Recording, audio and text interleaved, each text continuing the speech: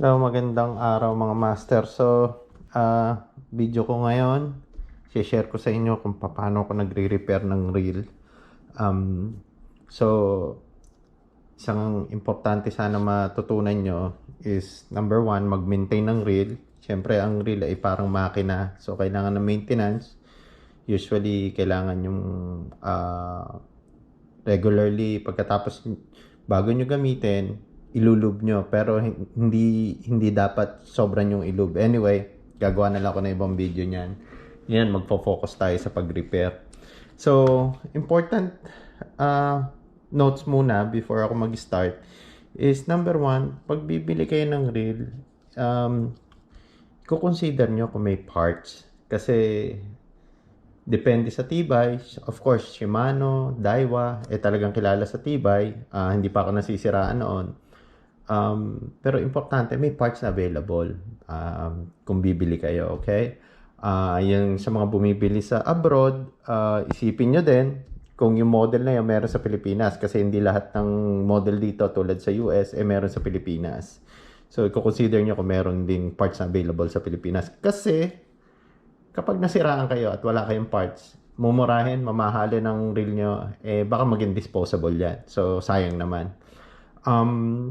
So, ang gamit ko ang gamit namin ay usually mga conventional overhead and most particularly, itong tinatawag na low profile. So, gustong-gusto namin to kasi unang-una, magaan siya. So, kahit maghapon mag-jig, hindi ka masyado napapagod. Number two, meron siyang level wind. Problema sa level wind, yan ang una nasisira. Good example, itong Tika Titan Claw na binili ko, itong pinakabago kong reel, siya pang una nasira, which is hindi naman namin palaging ginagamit. Pinapagamit ko to sa mga bisita namin o sa mga pamangking ko or yung mga bisita namin na sumasama bago lang sa jigging. Ito yung pinapagamit ko kasi nung binasa ko yung review, mukhang matibay naman. Tika is kilalang brand din naman. And of course, kinonsider ko rin ang price. Although hindi din naman ganun kamura, pero mas mura siya kaysa doon sa Daiwa ko tsaka sa Shimano. And now I know kung bakit. So, ang nangyari, as I've said, nasira kagad tong level wind na to. Alright? So, ayan makikita nyo, dapat yung level 1 na yan gumagala. Alright? Nangyari sa kanya, minsan tumitigil dito. Ayan, tumitigil siya. Well, ganyan gumagana. Pero minsan tumitigil yan. Kasi nagkakaproblema sa ngipin dito sa ilalim. Alright, yung worm gear na tinatawag. Anyway, eto nasira. So, nangyayari, hindi niya na ini-spread yung linya. So, naiipon yung linya sa isang part. So, hindi din siya pwedeng gamitin. So, kailangan ko repair. And eto yung niya, yung sinasabi ko parts. In order ko online, dumating ka agad. So, yan ang kukonsider nyo. Yan ang isang number 1 kinukonsider ko pag bumili ako ng reel. So, papalitan ko to, mabilis na sira, pero last ko na tong re-repair. Kapag nasira ulit to, ibig sabihin wala talagang husay tong reel na to. So, hindi ko actually i-recommend tong reel na to kasi nasira na nga kagad ako bagong-bago. And 2 beses ko na siya i-repair. So, last ko na tong i-repair. Pag nasira pa siya, sorry na lang talaga ako. Lesson learned. Hindi maganda yung brand. Alright? Hindi maganda yung reel. Maganda pa naman yung forma niya. Mukhang solid siya. Maganda yung power handle niya. Talagang, kung tutusin, design siya for jigging. Pero yun nga lang. Sayang hindi tumagal. And, anyway, gagawa na lang ako ibang video. Kasi, pag gumagamit kayo ng level wind, number 1, kailangan naka-line up yung line nyo, kung saan yung position ng line nyo sa reel, sa spool, at saka yung level 1 nyo, laging dapat lined up yan. Gawa na lang ako ng ibang video niya next time. And kapag sumala sa line up, pag hindi na siya align, kailangan mo itama ulit yan. So again, another video for another time. Mga master, bago mag-start nga pala, number 1, kailangan may diagram, alright? Schematic diagram ng reel para kahit paghiwa-hiwalayin niyo yan, kaya niyo ibalik, alright? And then also, of course, mga tools, etong tool na to, ito yung pantanggal ng mga silak o yung mga ring na yung silak na nag-hold ng mga usually ng mga shaft o ng bearing. Ayan, yan yung pantanggal niyan para hindi kayo mahirapan. So, then of course, maliliit na screwdriver, maliliit na wrench, and tweezer. Very important. Picks. Ito, maliit na brush. Ginagamit ko sa grease. So, grease since bubuksan ko yung reel. Might as well, i-grease ko. Again, ang ginigrease, gears. Ang bearing, bushing, hindi ginigrease yan. Oil, okay? Pagkatapos, yung grease also, pinang-coat ko sa loob, pang waterproof, parang seal siya. Anyway, papakita ko yan mamaya. Ano pa bang kulang natin? Ito yung real grease and oil. Okay, nakikita ko sa ating group na may nagpo-post kung anong grasang pwedeng gamitin. May nagtanong kung pwede raw ba yung automotive grease. Hindi pwede yun kasi masyadong malapot yun. Mas thinner ang consistency ng real grease. Hindi ko alam kung anong magandang alternative to pero maganda synthetic base sa grease. Kung makakabili kayo na sa mga hardware, and then ito yung oil. Wag WD-40, okay? Iba ang chemical nun. Alam ko may chemical na nakakasira ng seal yun or something. Wag WD-40. Buti pa Singer oil, okay? Yun yung fine na oil. Singer oil ang pwede mo alternative. Pero of course, mas maganda bumili na kayo ng real grease and real oil, okay? Ito magandang to. Ito yung aking Abu Garcia na kit. Ewan ko meron sa Pilipinas. Pero kompleto na siya dyan. May wrench. Ito yung wrench niya. Fine na screwdriver. Nagkikip din ako yung mga tools na kasama sa mga reel. Ito yung tool para sa ano bang gumagamit nitong tool to? Daiwa. At saka yung pen gumagamit nito. Yung kanilang yung para sa nut ng nut ng power handle o ng handle. Sometimes ganito yung configuration ng nut. So, alright. Kung may mabibili kayo ito, napaka useful to. May cleaner, okay? May rag, grease of course, oil. Ito yung oil niya. Screwdriver and wrench na standard. So, kung meron kayo niyan. Alright.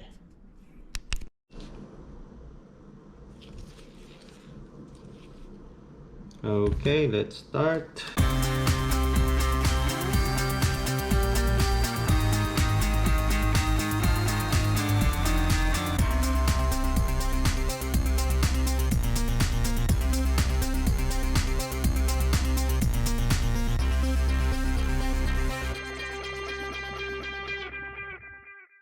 Uy, ano ba yan?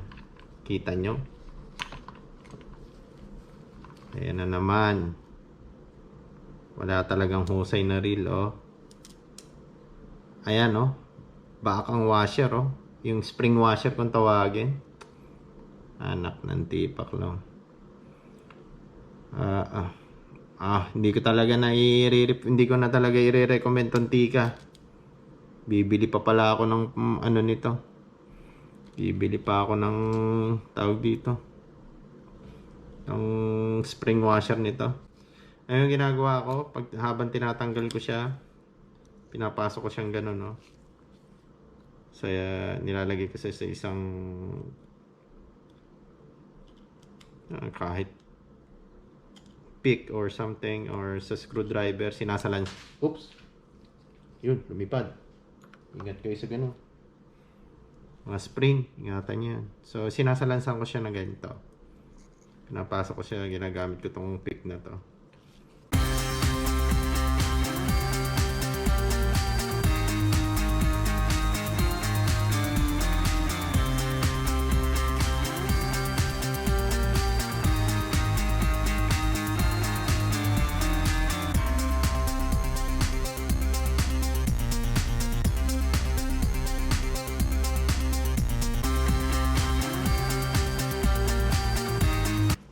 So, ang tatanggalin natin ito. Ito yung tinatawag ng worm gear.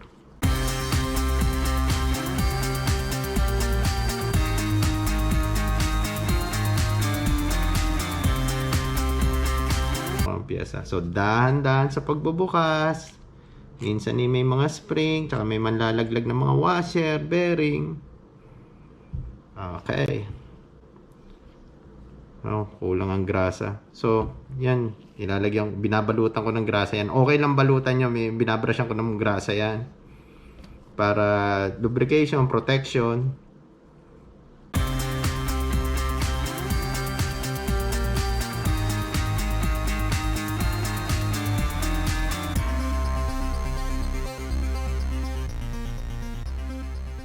Alam nyo, kailangan ko lang siyang tanggalin para ma-access yun. Alright, ayun yung kailangan kong tanggalin. Alright. Para mabunot ko yung para mabunot ko tong tawag dito. Itong worm gear, ang level 1. Yung extra moving parts makes a difference.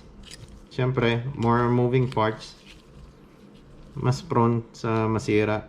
So, kumare, huwag kayong gumaya sa akin, tamad. Gusto ko may level 1 para hindi ako nahihirapan sa pag-spread ng linya. Kaya gagaya sa akin, tingnan nyo, ayan.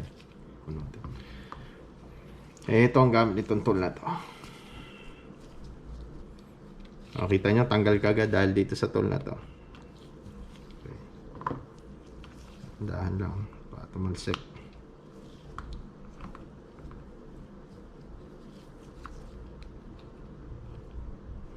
Okay. Kailangan linisin. Kinalawang. Ayan o, kinalawang. Alam nyo kung bakit? Kasi binuksan ko yan dati. Katamaran ko, kulang-kulang yung tools ko. Wala pa akong guantes. Ayan, nangyayari, kinalawang. Tsaka hindi ko rin nalagyan ng grasa noong time na yun. Alright. Ito yung papalitan natin.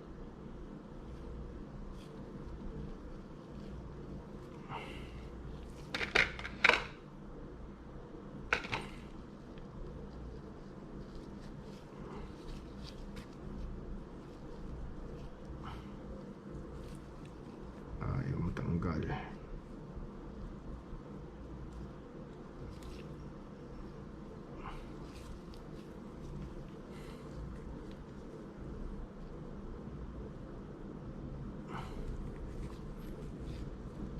Yung tanggal. Tapon na yan. Okay, there you go. Gising ko na rin, kinalawang. Katamaran ko kasi. So, importante, mag-gloves. Kasi pag di kayo nag-gloves, ayan nangyari. Kinalawang. Tapon yan. Ito yung bago. So, bago natin linis muna.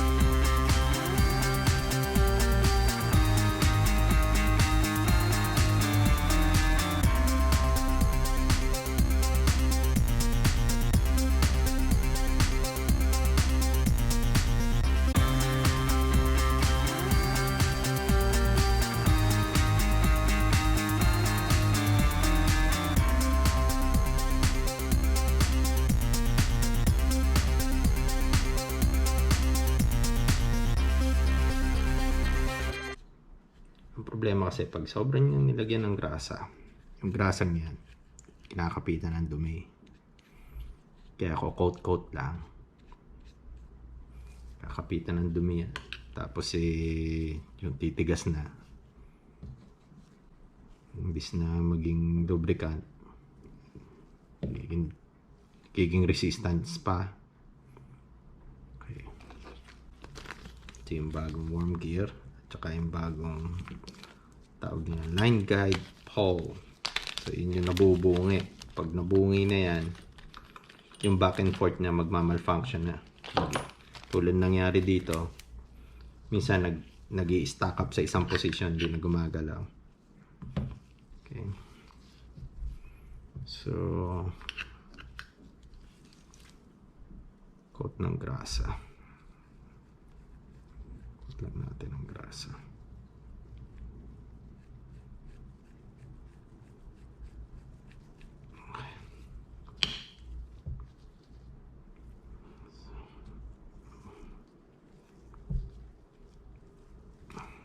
Pasok.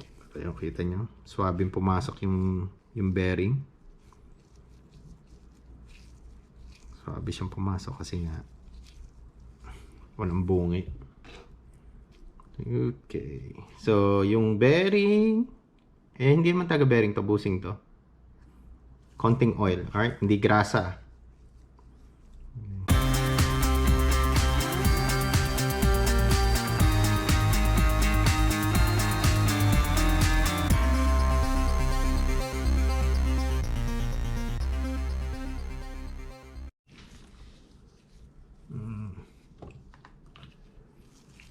Sabi ko nga dahil binuksan na natin, ilulub na rin natin yung loob.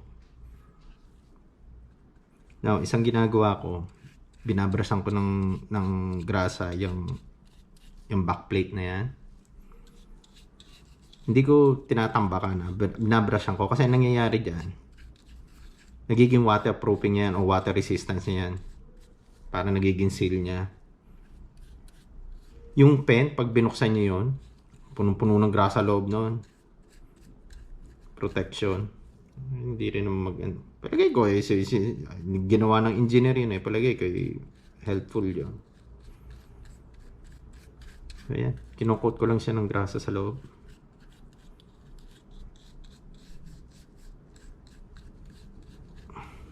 Okay.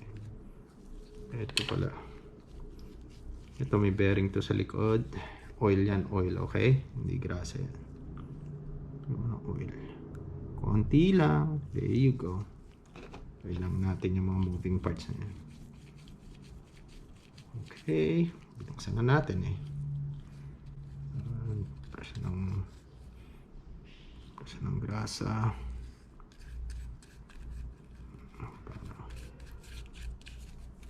Unang kalaban ng reel, salt water. Okay. Pagkatapos nyong gamitin, i-rinse nyo siya ng tubig. Huwag nyo ibababad sa tubig Mari lang, parang bubuhusan nyo lang siya. Huwag nyo rin papasiritan kasi yun, sisingit-singit yung tubig sa loob. Mapapasok yung loob ng reel nyo. So, kailangan banlaw, hindi sirit. Huwag nyo papasiritan ng malakas.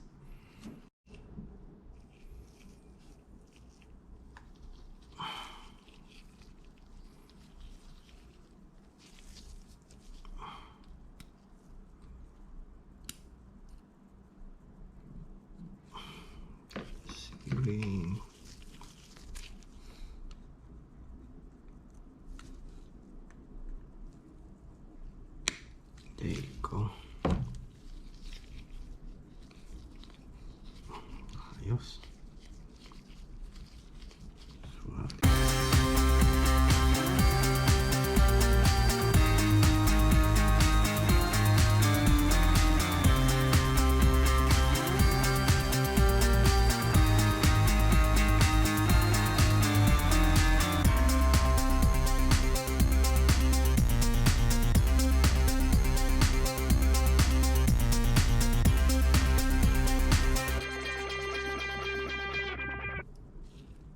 Hindi masyadong mahigpit. Tingnan gimana. Okay, there you go.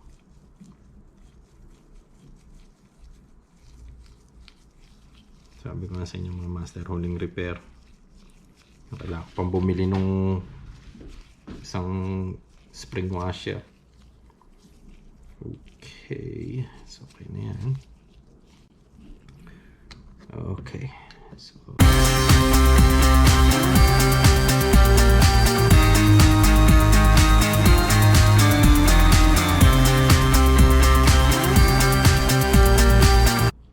mga master, natingin ako sa ano ngayon ha.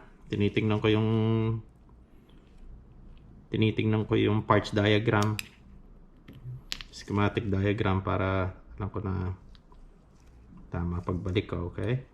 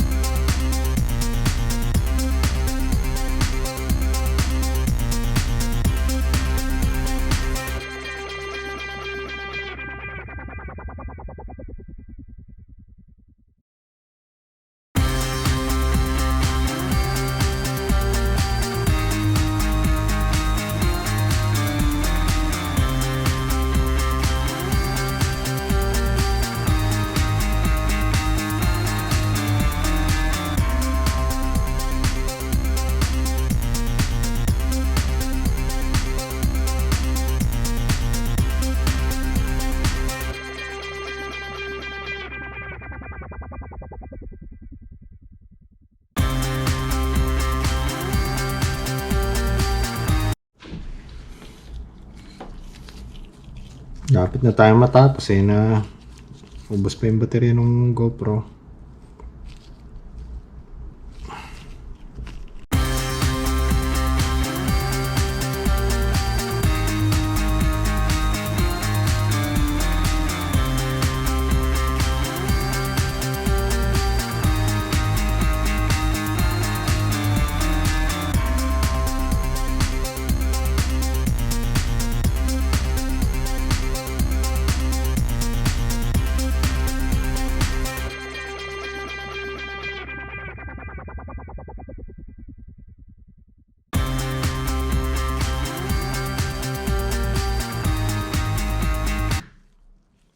So, master, kung nakikita nyo, halos lahat ng reel may mga butas dyan, dito, sometimes dito. Alright? Nung una po, akala ko, yan ay lube port. O, yan na ng langis. Kamali po ako. So, lagay ako ng langis dyan. Alam nyo, nung binuksan ko, saan napunta lahat ng langis? Sa drag. Napunta lahat sa drag. So, paalala lang po, ho. Hindi naman kailangan talagang ilangisan yon, kasi puno naman ng grasa yung mga gear nyo. Alright? Ang kailangan langisan yung bearing.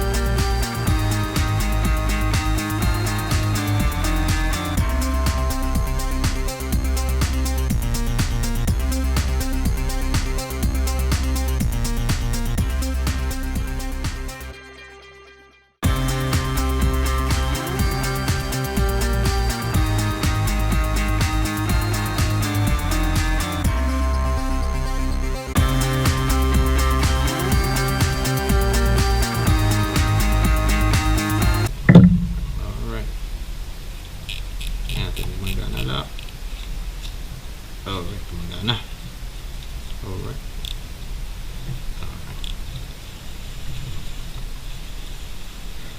Alright, magana ang swabe na. So, malalaman natin kung tatagal. So, pinakabago kong reel, siya kagad una nasira. Again, consider nyo rin ang tibay ng reel kapag kayo bibili. Tanong-tanong kayo sa review, maraming review sa online, tsaka sa mga may experience ng anglers. Kung ako tatanungin nyo, hindi rin worth it na minsan mura yung bibilhin nyo, lalo na kung kayo naman ay talagang, alam ko sa Pilipinas, lalo na sa Pilipinas, talagang mga maraming avid anglers sa atin, o talagang fishermen, lalo na yung mga sa naggamit nyo rin ni partly sa hanap buhay, para negosyo po yan. Kailangan mag-i-invest kayo sa gamit nyo, iingatan nyo lang, matuto kayo mag-maintain, matuto kayo mag-repair, siguraduhin nyo na may piyesang available. Yun yung mga variables na kailangan nyo i-consider. Anyway, maraming salamat po. Sana may natutunan kayo.